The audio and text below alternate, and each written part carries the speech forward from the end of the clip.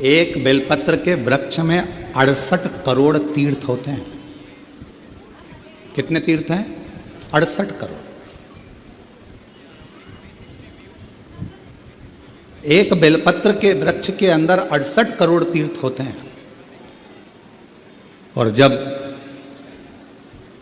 हम एक बेलपत्र तोड़कर शिवजी के मंदिर में लेकर जाते हैं, शंकर भगवान को जब हम बेलपत्र समर्पित करते हैं, और जब बेलपत्र समर्पित करने के बाद एक बेलपत्र हम अपने लिए औषधि के रूप में लेकर आते हैं, तो लोग पूछते हैं कि शिवजी पे चढ़ा बेलपत्र क्यों खाना चाहिए?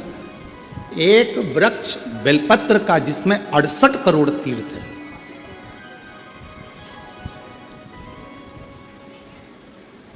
हम तो 68 करोड़ तीर्थ कभी नहीं गए, पर आप लोगों में से हो सकता है कि कोई होकर आया हो तो बात दूसरी। पर आज भी फुल कॉन्फिडेंस से कहते हैं कि हम एक बेलपत्र के वृक्ष की परिक्रमा करते हैं, उसके चरणों में जाते हैं, और एक बेलपत्र उठाकर जब हम शिव जी को चढ़ाते हैं तो 68 करोड़ तीर्थ का पुण्य हमारे भाग्य में आ जाता है।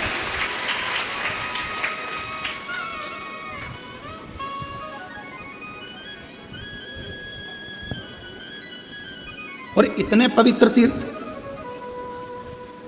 हजारों हजारों नदियां, हजारों हजारों कुंड, हजारों हजारों बावड़ियां, सरोवर, तालाब भारत की भूमि पर विराजमान है। कुछ तीर्थ भारत की भूमि के बाहर भी, जैसे पशुपतिनाथ नेपाल में, मां हिंगलाज माता पाकिस्तान में, ऐसे कई तीर्थ बाहर भी है। अब 68 करोड़ तीर्थ हम कभी नहीं गए, पर हमने हमारी जिंदगी में एक नियम हमेशा बनाकर रखा कि कार्तिक के महीने में बेलपत्र के वृक्ष की परिक्रमा और बेलपत्र के वृक्ष के नीचे एक घी का दीप जलाने का नियम बनाया। तो ये हमें विश्वास है कि हमारे 68 करोड़ तीर्थ पूरे हो। 68 करोड़। अब लोग कहते हैं गुरुजी एक बेलपत्र हम शिवजी को चढ़ी हुई उठाकर लाते हैं, बाबा से औषधि के रूप में लेकर आते हैं, तो ये बेलपत्र है तो पेड़ की, वृक्ष की, ये इतनी अमृत कैसे हो जाती है कि लोगों की बीमारियां ठीक हो जाती हैं, तकलीफें ठीक हो जाती हैं, शुगर लेवल में हो जाती है, बीपी, थायराइड सब ठीक हो जाता है, सोराइसिस जैसी बीमारियां ठीक हो जाती हैं, किडनी लीवर जैसा ठीक हो जाता है। एक बेलपत्र इतना औषधि का कार्य कैसे कर जाता है? तो शिव महापुराण में वर्णन किया, उमा संहिता के अंतर्गत 68 करोड़ तीर्थ एक बेलपत्र के वृक्ष में है। एक बेलपत्र के वृक्ष की पत्ती जब शिवजी पर चढ़ती है बेलपत्र, और हम उसको लेकर आते हैं, तो 68 करोड़ तीर्थ का जो प्रसाद होता है, 68 करोड़ तीर्थ में जितनी हजारों हजार नदियां पवित्र हैं, कुंड पवित्र हैं, सरोवर पवित्र हैं, वहां जाकर हमने आचमन नहीं करा, पर शिवजी पे चढ़ी हुई बेलपत्र जब हम मुख में रखते हैं, शिवजी पे चढ़ा हुआ जल जब हम आचमन करते हैं, तो वह 68 करोड़ तीर्थ का आचमन हो जाता है और हमारा रोग समाप्त हो जाता है।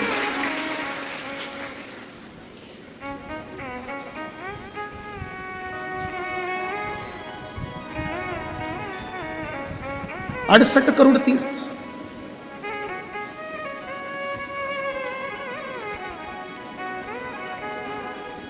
आप सभी के स्मरण में होगा,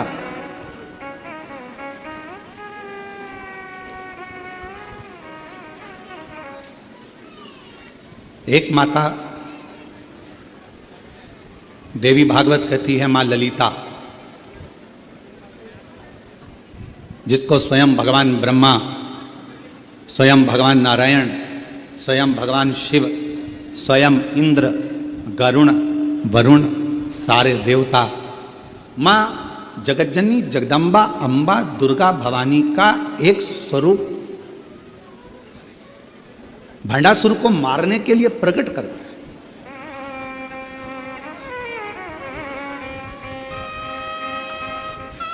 और काय से प्रकट किया? मां ललिता अंबा को कैसे प्रकट कर लिया? तो कहा मां ललिता अंबा को प्रकट करने के लिए भगवान नारायण ने बेलपत्र के वृक्ष की छांव में तप किया, हजारों वर्ष तक ब्रह्मा जी ने साधना करी हजारों वर्ष तक बेलपत्र के वृक्ष की छांव में। इंद्रदेव ने तप किया हजारों वर्ष तक बेलपत्र के वृक्ष की छांव में।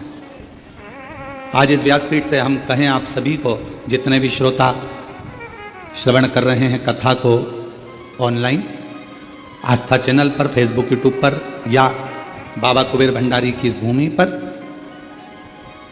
जब भी आपका कोई भी तीज त्यौहार पड़े, आपके घर में कोई भी त्यौहार आवे, आपके घर में कोई भी उत्सव आवे, आपके घर में बच्चों का जन्मदिन आवे, आपकी शादी की सालगिरह आवे, आपके घर में कोई भी विवाह आवे, आपके घर में कोई भी अच्छा कार्य हो, कोई त्यौहार आ गया, दिवाली आ गई, दशहरा आ गया, कोई नवरात्रि आ गई, गणेश चतुर्थी आ गई, चतुर्थी आई, छठ आई, कोई भी व्रत आपका पवित्र कोई उत्सव आया, तो एक काम जरूर करा करो, बेलपत्र के वृक्ष के नीचे जाकर एक घी का दीपक लगाया करो और श्री शिवाय नमस्तुभ्यं जरूर बोला करो, फल दो। एक घृत का दीप बेलपत्र के वृक्ष के नीचे अगर आप एक क्षण के लिए भी बैठे हो तो वो फल देगा।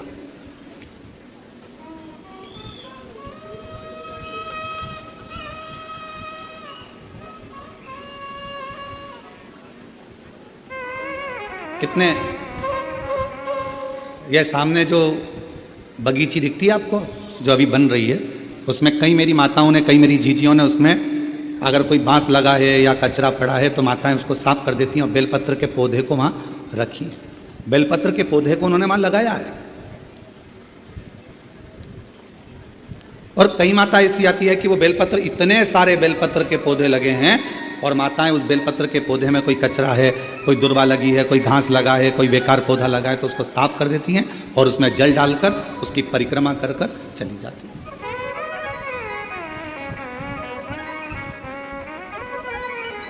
कई माताओं की आदत है, पीछे जो बेलपत्र की बगीची है वहां जाकर परिक्रमा कर लेती।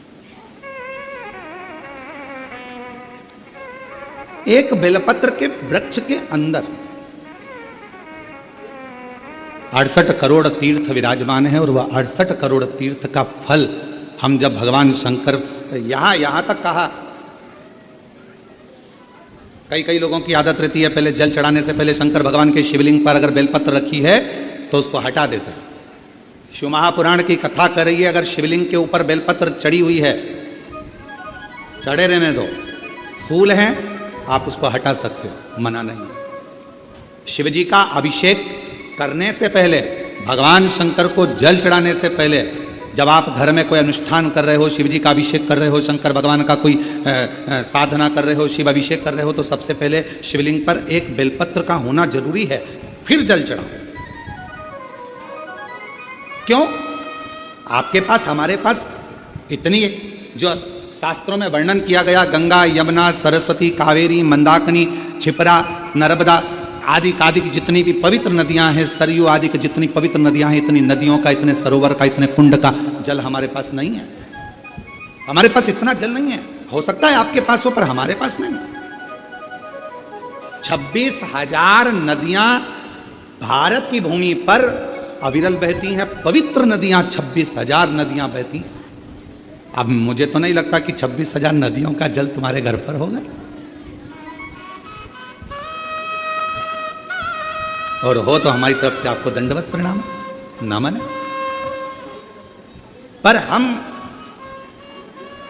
एक बात बिल्कुल छाती ठोक कर कह सकते हैं कि वो 26,000 नदियों का जल हमारे घर में है। कैसे? हम शिवजी पर एक बेलपत्र चढ़ाकर जल चढ़ाते हैं और वो जल लेकर आते हैं तो वो जल 26,000 नदियों के जल के बराबर हो जाता है।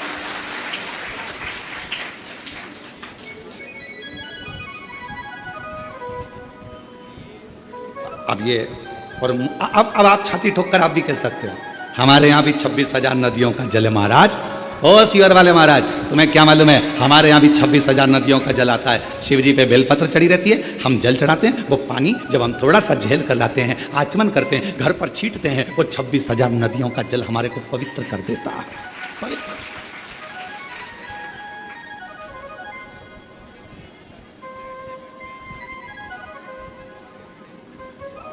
अब ये आपके ऊपर निर्भर करता है कि आप किस तरह से समझें उसको।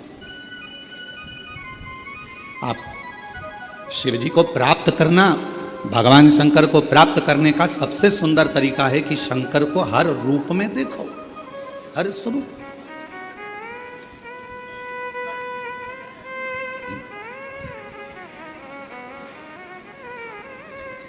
सोलह श्राद्ध में 16 दिन पुरखों को, पूर्वजों को, पितरों को खीर पूड़ी खिलाई।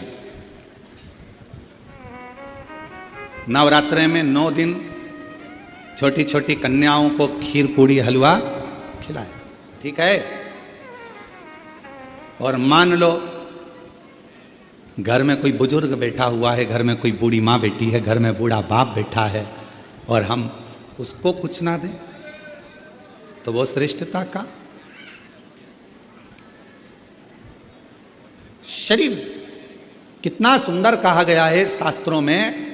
अगर घर में कोई मरीज व्यक्ति है, घर के अंदर यदि कोई रोगीला व्यक्ति है, रोग है, मरीज है, बीमार व्यक्ति है, और तुम्हारे घर में अगर कोई त्यौहार है, तुम्हारे घर में देवी देवता की पूजन है, तुम्हारे घर में श्राद्ध है, तुम्हारे घर में कोई भोजन करने आने वाला है, तो शिव महापुराण की कथा कहती है अगर घर में कोई रोगी व्यक्ति है, घर में कोई बीमार व्यक्ति है, घर में किसी का दवाई गोली चल रही है, और भोजन करने वाला या देवी देवता की पूजन दोपहर में 12 बजे 1 बजे होने वाली है, और वो रोगी व्यक्ति को दवाई खाना है और उसको भोजन करना है, तो जो भोजन करने आएगा, देवी देवता पुजाएंगे, वो अपनी जगह पर है। सबसे पहली सेवा जो रोगी व्यक्ति है उसको भोजन दिया जाए, उसकी सेवा।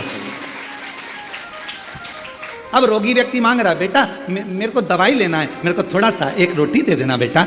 अरे मम्मी तुमको नहीं मालूम आज दादाजी का श्राद्ध है, मम्मी तुमको नहीं मालूम आज दादी जी का श्राद्ध है, मम्मी आज कुलदेवी की पूजन होगी, आज कुल देवता की पूजन होगी, तो मैं खाने की लगी रहती है। पूजन कौन करेगा, देखेगा कौन? अभी पूजन हो जाएगी, उसके बाद मैं आपको खाना दे दूंगी, उसके बाद मैं आपको भोजन दे दूंगी। नहीं, शिव पुराण की कथा कर रही है। कोई बूढ़ा है, बुजुर्ग है, बीमार है, घर में बच्चा है, कोई रोगी है, कोई तकलीफ में है, तो देवी देवता और अन्य काम सब होते रहेंगे। पहले उन बुजुर्ग की, पहले उन बीमार व्यक्ति की, पहले उनकी चिकित्सा की, पहले उन बच्चों की सेवा होगी। ये शिव पुराण।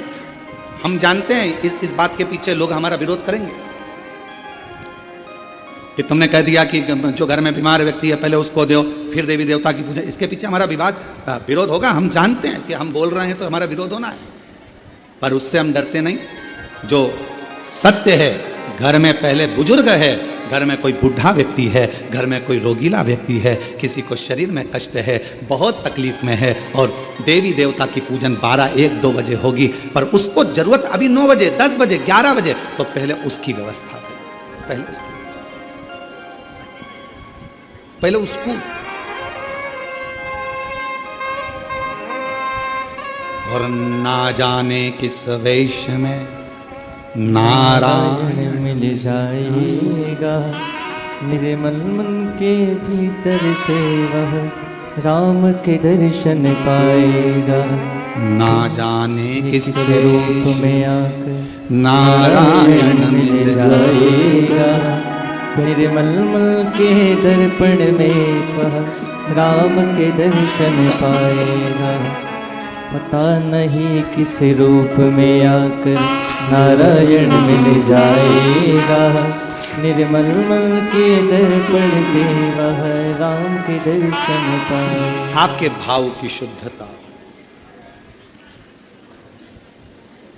अब एक बात आपसे पूछें, उत्तर दीजिए। कोई बीमार व्यक्ति घर में तुमसे रोटी मांग रहा है और तुम देवी देवता का पूजन करते रहो तो भगवान प्रसन्न होगा? बोलो तो जम के। पहले उसको दीजिए, औषधि उसको दीजिए, भोजन उसको दीजिए, फिर दूसरा। कभी प्यासे को पानी पिलाया नहीं, बाद अमृत पिलाने से क्या था? कभी गिरते हुए को उठाया नहीं, बाद आंसू बहाने से क्या? कौन सा? शिव कथा कर रहे।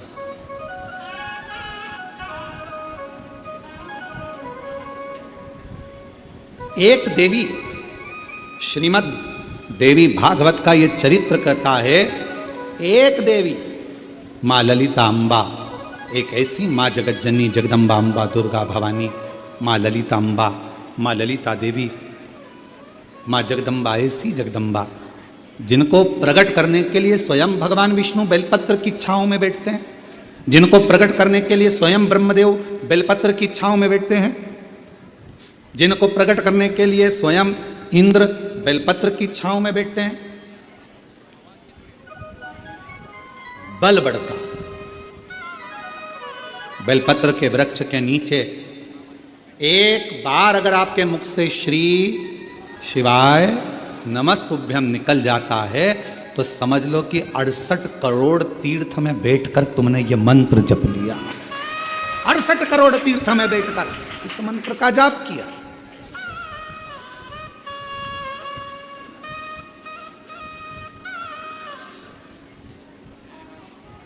और मानो तो गंगा माँ हूं, ना मानो तो बहता। आप मानो तो शिव है, आप मानो तो जगतजननी जगदम्बा है, आप मानो तो आदि शक्ति माँ दुर्गा है, आप मानो तो शिव की स्तुति है, आप मानो तो कुबेरेश्वर धाम के कंकर में शंकर है, और अगर नहीं मानो तो आपने माना वो मिला।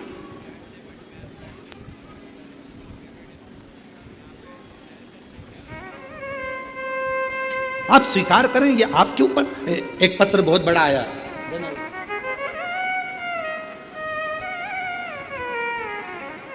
अब पत्र बहुत बड़ा, देखिए जरा हो।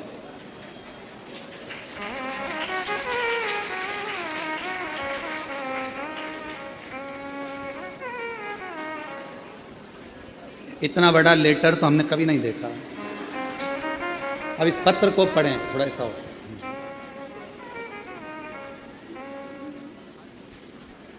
कुबेर भंडारी का सेवक रामेश्वर पाराशर एवं धर्मपत्नी श्रीमती शशिकला पाराशर, हनुमान नगर, कुंचलवाड़ा रोड, देवली, जिला टोंक, राजस्थान से आए। आप ही हैं? श्री शिवाय नमस्ते। साधु का कुबेर भंडारी की असीम कृपा से एक लोटा जल का चमत्कार का क्या बखान करूं, सूर्य को दीपक दिखाने जैसा है।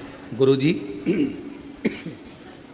मैं एक बेलपत्र का पौधा 25 वर्ष पहले मकान के पास वाले प्लाट में लगाया था।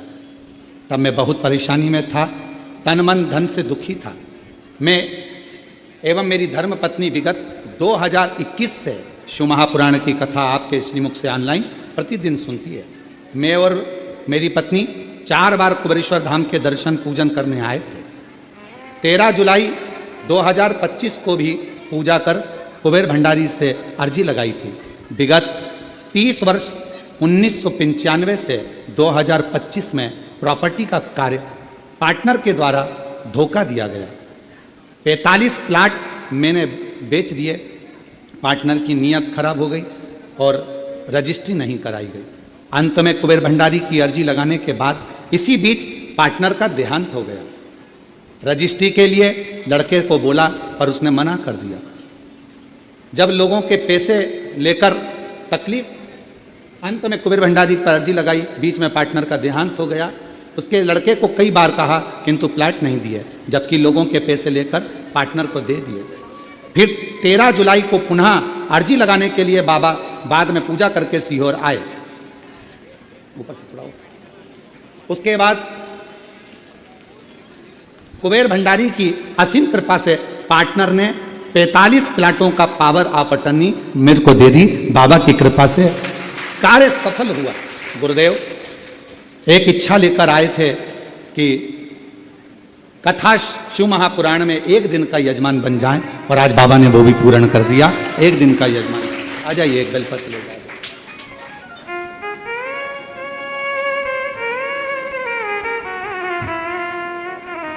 यहाँ का बेलपत्र और यहाँ का कंकर ले जाकर शिव मंदिर का निर्माण करा है और वहाँ लोग पूजन करते हैं।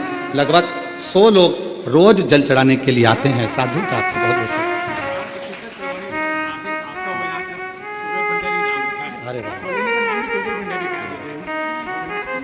जो कॉलोनी आपने काटी है उस कॉलोनी का नाम भी कुबेर भंडारी रखा है और उसमें कुबेर भंडारी का मंदिर भी बना रहे हैं। साधु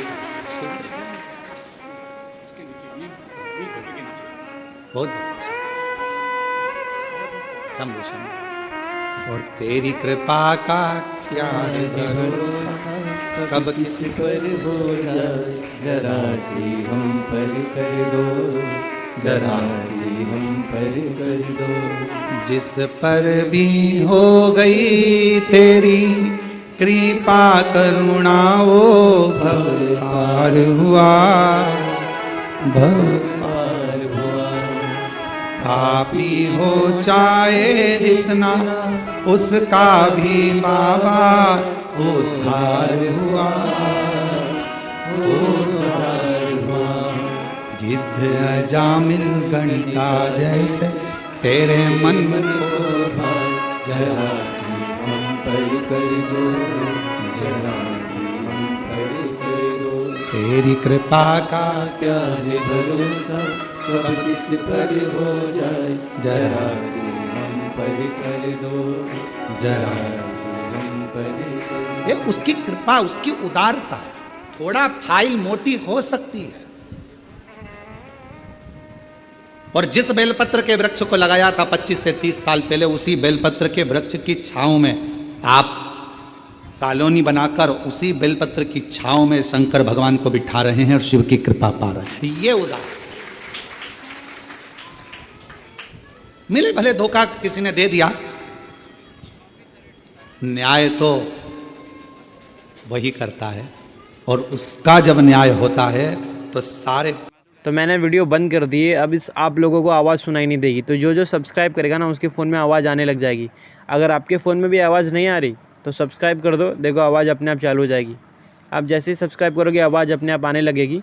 देखो बहुत से लोगों के फ़ोन में आवाज़ आ रही है, आपके फ़ोन में अगर अभी तक आवाज़ नहीं आ रही तो आपने सब्सक्राइब नहीं किया, सब्सक्राइब कर दो, सब्सक्राइब करो करो। हाथ से उस पर रखकर शिव का स्मरण करिए, शंकर को याद करिए। श्री शिवाय नमस्तुभ्यं, श्री शिवाय नमस्तुभ्यं, श्री शिवाय नमस्तुभ्यं, श्री शिवाय नमस्तुभ्यं। फिर सीधे हाथ में बेलपत्र लेकर बाबा को प्रार्थना कर कर शिवलिंग पर समर्पित कर दीजिए। एक लोटा जल शिव को चढ़ाओ, प्रार्थना करो, विनय करो,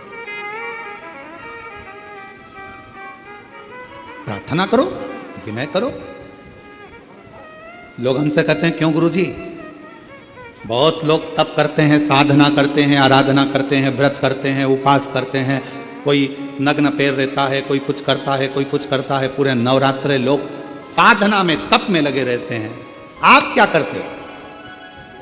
हम एक ही काम करते हैं, शिव जी के उस पवित्र बेलपत्र के वृक्ष के नीचे बैठकर श्री शिवाय नमस्तुभ्यं, श्री शिवाय नमस्तुभ्यं, एक ही। और जहां जहां बेलपत्र के वृक्ष लगे हैं 11 बेलपत्र के वृक्ष के नीचे जाते हैं, झाड़ू लगाते हैं, साफ करते हैं, जल चढ़ाते हैं, बेलपत्र के वृक्ष के नीचे झाड़ू पोछा कर कर आ जाते हैं, उसको झाड़ू लगा कर। ये भी हमारा व्रत है, यही हमारी साधना, यही हमारा तप है। नवरात्रे में माँ जगत जननी दुर्गा भवानी, माँ आद्य शक्ति, माँ भवानी, माँ जगदम्बा, माँ ललिता, माँ कुष्मांडा, माँ स्कंदा, माँ कालरात्रि, माँ जगत जननी बेलपत्र के वृक्ष में 64 योगनियां देवियां सब विराजमान, उस बेलपत्र के नीचे जल चढ़ाकर सबका आशीर्वाद प्राप्त करें। उस बेल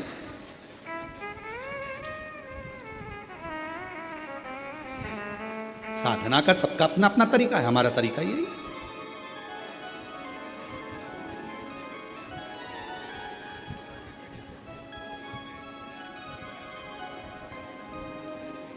नहीं जा सको जो सारे तीरथ, नहीं जा सको जो सारे तीरथ, बेल पत्र के वृक्ष के नीचे चले आना, सारे तीर्थों का फल अपने आप प्राप्त हो जाए। बहुत बेलपत्र के वृक्ष की छांव में, बेलपत्र के वृक्ष के नीचे शिव तत्व की प्राप्ति का एक केंद्र बिंदु है बेलपत्र का। देवी की आराधना, देवी की साधना, देवी का उपास, सब कुछ नहीं मिल जाता। सब कुछ।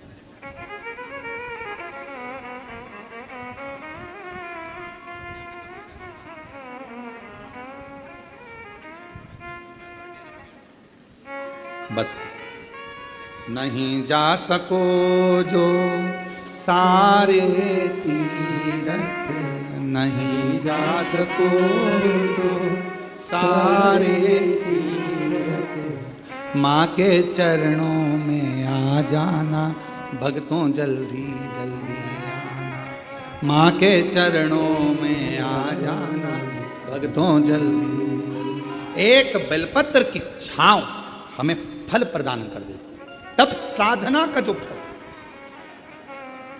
क्यों महाराज जी? देवी भागवत कथी है, एक ऐसा असुर भगवान श्री गणेश जी महाराज के द्वारा प्रकट हो गया जिसका अंत होना कठिन था। अंत होना, वो भंडासुर को कौन मारता, भंडासुर का अंत कौन करता? भगवान शंकर मां सती के जाने के बाद में नेत्र बंद कर कर तप साधना में लग गए।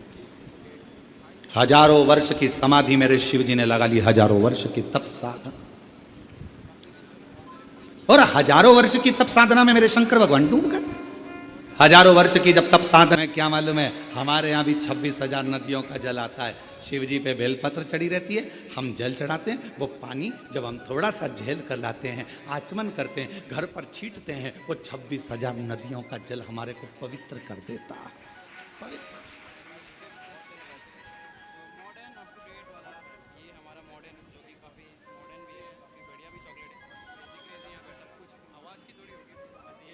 अब ये आपके ऊपर निर्भर करता है कि आप किस तरह से समझें। आप शिव जी को प्राप्त करना, भगवान शंकर को प्राप्त करने का सबसे सुंदर तरीका है कि शंकर को हर रूप में देखो, हर स्वरूप।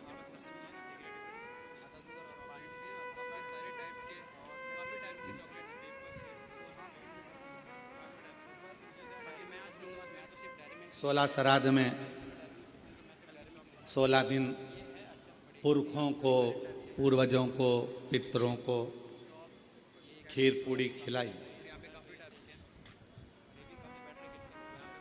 नवरात्रे में 9 दिन छोटी छोटी कन्याओं को खीर पूड़ी हलवा खिलाए, ठीक है। और मान लो घर में कोई बुजुर्ग बैठा हुआ है, घर में कोई बूढ़ी माँ बैठी है, घर में बूढ़ा बाप बैठा है, और हम उसको कुछ ना दें तो वो श्रेष्ठता का।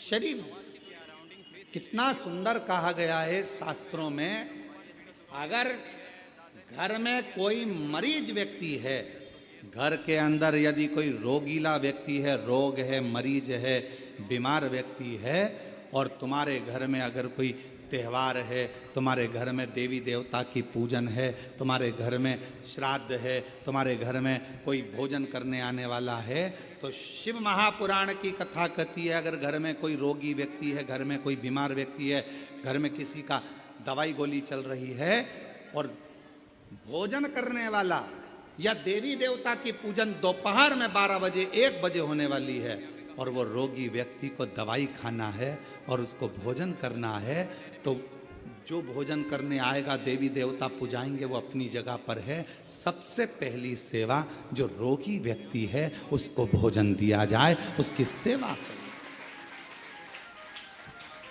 अब रोगी व्यक्ति मांग रहा है, बेटा मेरे को दवाई लेना है, मेरे को थोड़ा सा एक रोटी दे देना बेटा।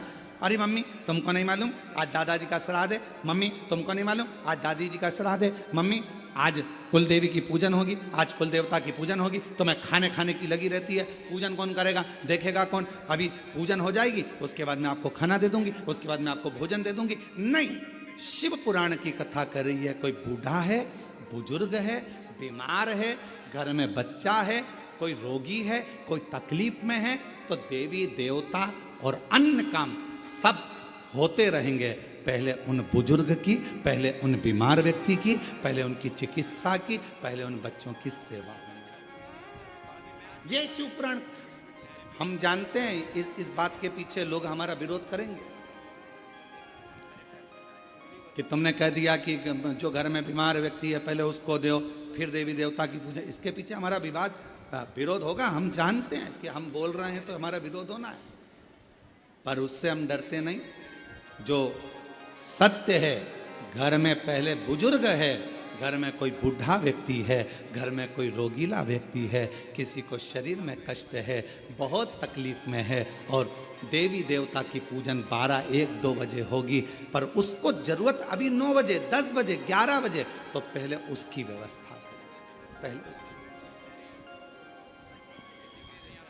पहले उसको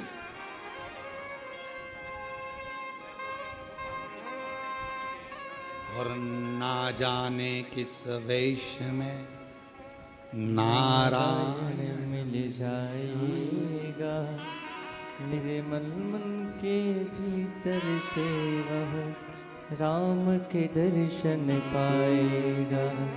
ना जाने किस रूप में आकर नारायण मिल जाएगा, निर्मल मन के दर्पण में स्वः राम के दर्शन पाएगा।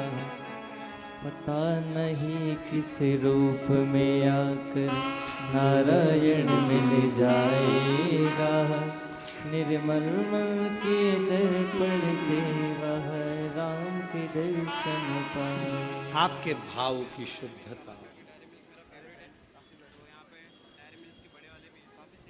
अब एक बात आपसे पूछें, उत्तर दीजिए। कोई बीमार व्यक्ति घर में तुमसे रोटी मांग रहा है और तुम देवी देवता का पूजन करते रहो तो भगवान प्रसन्न होगा?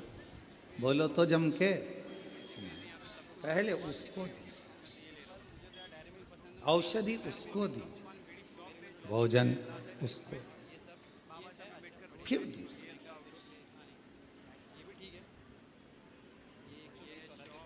कभी प्यासे को पानी पिलाया नहीं, बाद अमृत पिलाने से क्या था? कभी गिरते हुए को उठाया नहीं, बाद आंसू बहाने से क्या? कौन सा? शिव कथा कर रहे।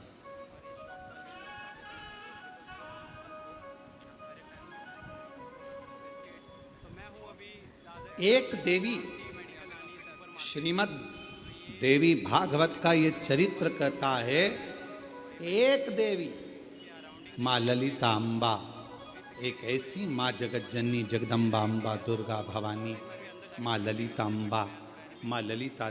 अगर आप लोगों को वीडियो अच्छी लगी तो यार सब्सक्राइब कर देना, और ऐसी वीडियो देखने के लिए सब्सक्राइब एक और बार कर दो यार, क्योंकि सब्सक्राइब करोगे तो हमारी सबसे पहले वीडियो आपके पास आएगी। तो सब्सक्राइब।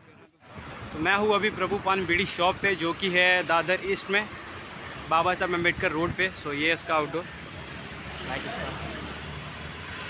और ये है शॉप इसके आउटसाइड 360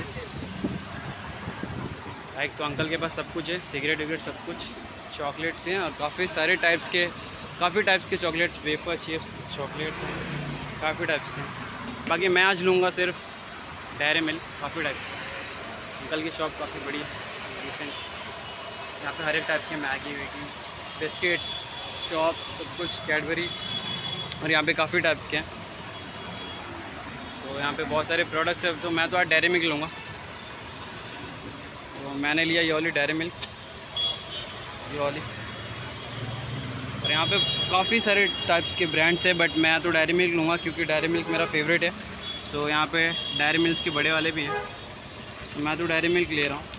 ये रहा डेयरी मिल्क चॉकलेट, तो मैं डेयरी मिल्क ले रहा हूँ। यहाँ पे बहुत सारे टाइप्स के, बहुत टाइप के, क्रेजी क्रेजी। यहाँ पे बिस्लेरी बॉटल्स, चिप्स भी हैं, बहुत क्रेजी क्रेजी यहाँ पे सब कुछ है। आवाज़ की थोड़ी होगी, मैं तो ये ले रहा हूँ बस।